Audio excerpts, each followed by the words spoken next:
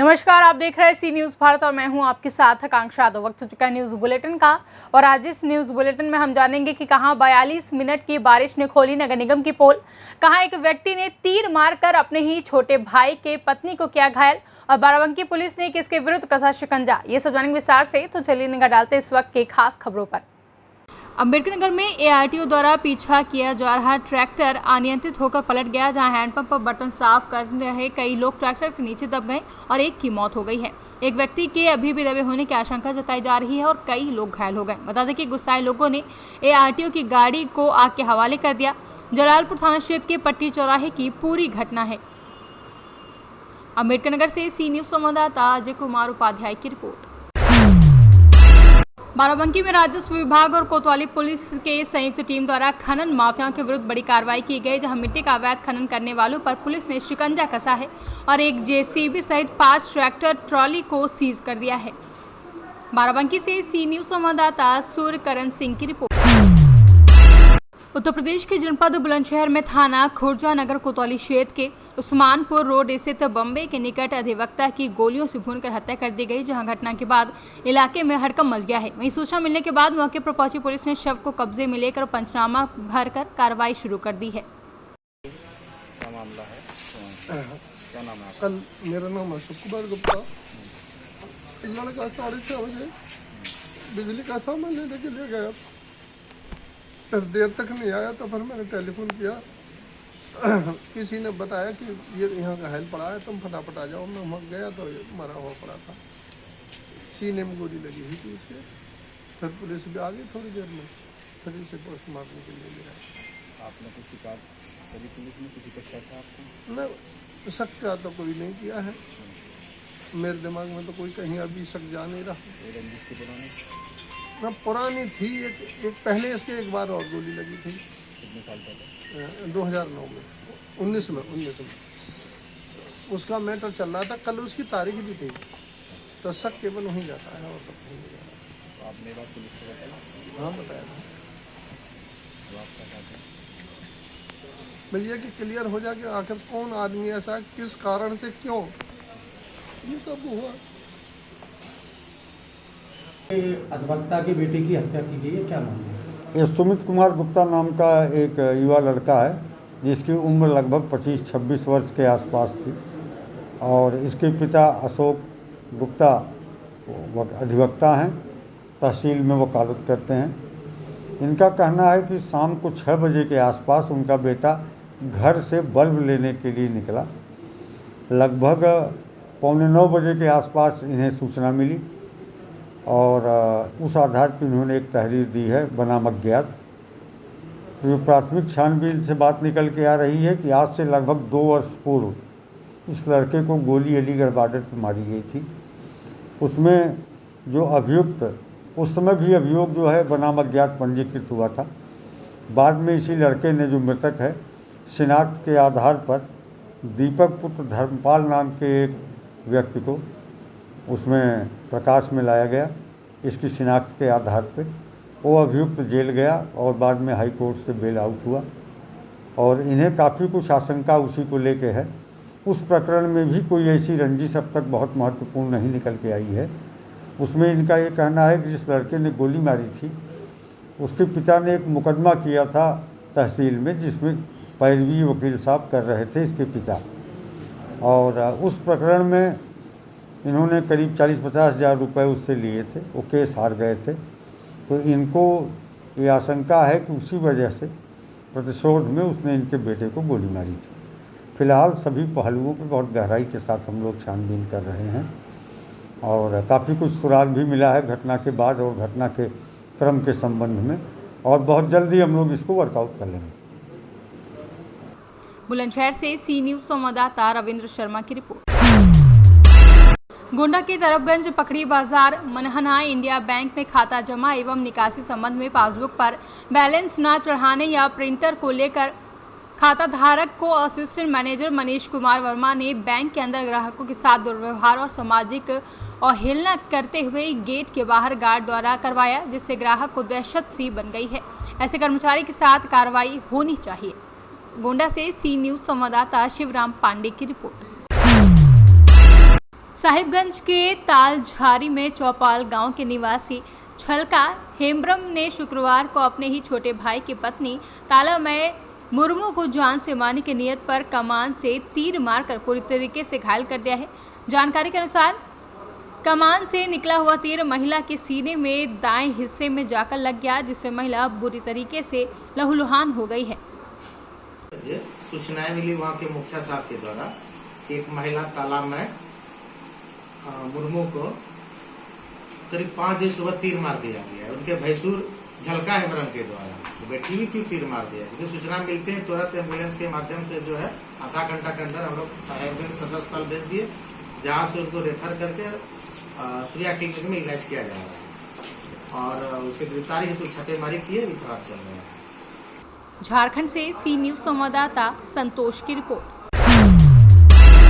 झारखंड में पेट्रोलियम पदार्थों की कीमतों में लगातार हो रही वृद्धि के खिलाफ सूबे के ग्रामीण विकास मंत्री आलमगीर आलम ने आज अपने विधानसभा क्षेत्र में अपने समर्थकों के साथ बहरवा प्रखंड के बेनी डांगा पेट्रोल पंप के सामने केंद्र सरकार के खिलाफ नारेबाजी करते हुए पेट्रोल डीजल की बढ़ी कीमतों को वापस लेने की मांग की है। कांग्रेस ने कार्यक्रम चला रहा है। हर एक पेट्रोल पंप पर जाकर कांग्रेस के कार्यकर्ता ने जो अपने दिल की व्यथाएं हैं, जो जनता की महंगाई का मार जो पड़ रहा है, उसको दर्शाने और मनुष्य सरकार को संज्ञान में देने की काम कर रही है। हम सरकार से जनतांत्रिक पद्धति डेमोक्रेसी के तहत अपना धरना प्रदर्शन, अपनी बातों को, जनता की बातों को रखने की कांग्रेस पार्टी हमेशा काम की है और आगे भी करती रहेगी। जिस तरह की सरकार आने के बाद लगातार डीजल पेट्रोल के दाम, अगर हम लास्ट महीना की बात करें, करीब 5 रुपया एक महीना में थे डीजल और पेट्रोल के दाम वृद्धि हुई। जहां हमारी सरकार 55 और 65 रुपया पेट्रोल डीजल छोड़ कर गया था, आज वहां हमें 100 रुपया में डीजल और पेट्रोल खरीदना पड़ता है। ये दुनिया के सारे लोग जानते हैं, हिंदुस्तान के तमाम लोग जानते हैं। जब हमारी सरकार थी उस वक्त एक बैरल जो खरीदने के लिए 108 रुपया से 118 रुपया लगता था, आज वही विश्व मार्केट में 65 रुपया में मिल रहा है, 70 रुपया मिल रहा है।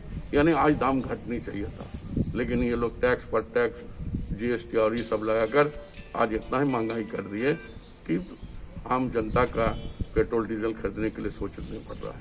कुछ लोगों तो गांव में लोग जो मोटरसाइकिल चला रहे थे, आज वो बाईसाइकिल में चलने के लिए मजबूर हो गए। इसी तरह हर एक चीज में, दाल हो, चावल हो, तेल हो, हर एक चीज में दाम बेतहाशा बढ़ा है। इसलिए इस वीडियो के माध्यम से, आप लोग के माध्यम से हम मोदी सरकार को संज्ञान में देना चाहते हैं, डीजल और पेट्रोल के दाम को घटाए और महंगाई जो चरम सीमा पर बढ़ गया है और गरीबी उसका मार झेल रहा है, उसमें कम किया जाए। किसान पर कितना प्रभाव पड़ रहा है डीजल पेट्रोल? निश्चित तौर पर आज के किसान भी है कि आज नली नाला से डीजल से उन लोग अपना खेती पटवान करता है।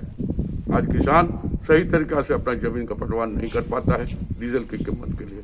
ना मोदी सरकार का, ना किसानों का ख्याल है, ना छोटे छोटे वर्ग के व्यापारियों को ख्याल है। और गिने चुने 2-4 व्यापारी। झारखंड से सी न्यूज संवाददाता संतोष शर्मा की रिपोर्ट।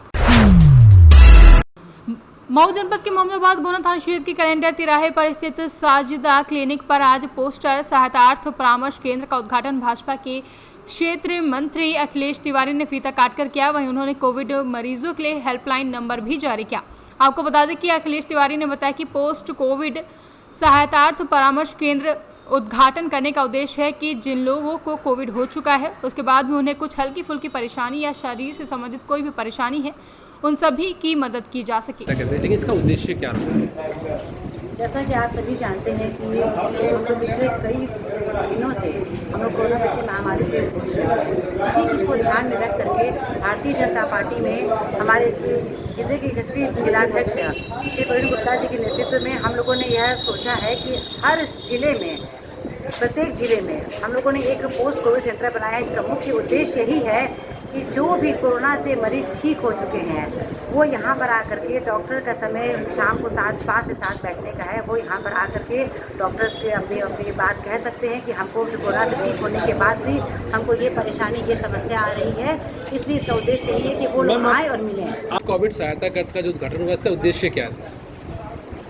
इसका उद्देश्य, जैसे एक बार कोविड किसी को हो गया तो फिर से वो कोविड रिपीट भी कर रहा है। कुछ लोगों को ये सुनने में आया है कि उनको कोविड रिपीट भी कर रहा है, फिर से उनको होने की समस्या आ रही है, लेकिन उतना संक्रामक नहीं हो रहा है, लेकिन उनको ये समस्याएं कई तरह की आ रही हैं, उसके लक्षण कई तरह के आ रहे हैं। उस चीज़ों को लोगों की काउंसलिंग करके और उनको ठीक करने का प्रयास करने के लिए सहायता केंद्र खोला गया है। तो सही सहायता केंद्र पर क्या डॉक्टर उपलब्ध रहेंगे बराबर? देखिए, चूँकि इसमें कोई सरकारी डॉक्टर नहीं है और न तो कोई इस तरह का अस्थायी केंद्र खोला गया है, लेकिन हेल्पलाइन है।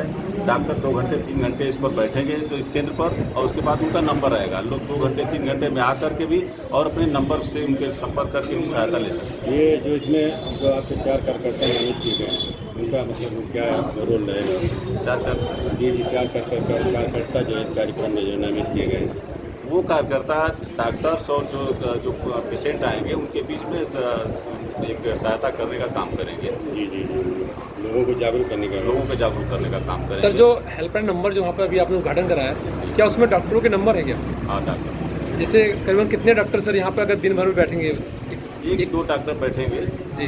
हाँ, बहुत ज़्यादा डॉक्टर नहीं, 1-2 डॉक्टर बैठेंगे जो कि उनको सलाह देंगे। उनको अगर जो मौके पर आएंगे उनको मौके पर सलाह देंगे, और जो सब जी पोस्ट कोविड में जो पेशेंट आएंगे उनकी हम लोगों ने काउंसलिंग करनी है, और जो उनकी चिकित्सीय मदद की जा सके वो हमें सलाह और औषध के रूप में, इलाज के रूप में उन्हें बताना है, सही रहन सहन के बारे में बताना है। और आगे से फिर अभी एक बार कोविड का आने का चांस है तो हमें उसकी तैयारी भी रखनी है और लोगों को भी अवेयर करना है कि आप तैयार रहो, एक अभी और झटका आ सकता है कोविड का, तो उस हिसाब से हमें प्रिपेयर रहना है कि जो इस बार हम लोगों ने झेला है, और मुझे लगता है कोई भी यहाँ ऐसा व्यक्ति नहीं होगा जिसके रिश्तेदारी और परिवार से कोई बीमार ना हुआ हो कोविड में, या कोई अशुभ सूचना ना मिली हो, तो शायद ही हो। लेकिन अभी से हम ये तैयारी कर लेंगे तो शायद हम लोगों को ये सब झेलने की ज़रूरत बहुत कम हो जाएगी। सर, आप भी इस मेन हैं, 4 लोगों में आप भी संगठन में ही हैं, क्या आपका भी अपना पर्सनल क्लिनिक है? क्या सर उसको छोड़ के आप यहाँ पर समय देंगे सर? अगर आवश्यकता पड़ती है तो हम लोग समय देने के लिए, क्योंकि सर पेशेंट का कोई समय नहीं होता किसी तो उसके लिए हेल्पलाइन दी गया है, नंबर दिया गया है, आप फ़ोन पे कंसल्ट कर सकते हैं ताकि हम आपकी सेवाएं। 24 घंटा डॉक्टर का उपलब्ध होना अपनी क्लिनिक छोड़ के भी मुश्किल हो जाता है, क्योंकि कहीं ना कहीं हमें अपने मरीजों को भी देखना रहता है, पोस्ट कोविड को भी देखना रहता है, तो सारे लोगों को एक साथ देखा किसी एक व्यक्ति विशेष और एक डॉक्टर के बस का नहीं है। कभी डॉक्टर बेलाल साहब, कभी मैं, दोनों लोग अपने आपस में सामंजस्य बना के उनकी जो भी मदद कर सकते हैं तो वो हम लोग करने की पूरी कोशिश करेंगे। आगे देखते हैं कि हम लोग कितना कर ले जाते हैं। सौभाग्य से हमें आदेश। मऊ से सी न्यूज़ संवाददाता प्रमोद विश्वकर्मा की रिपोर्ट।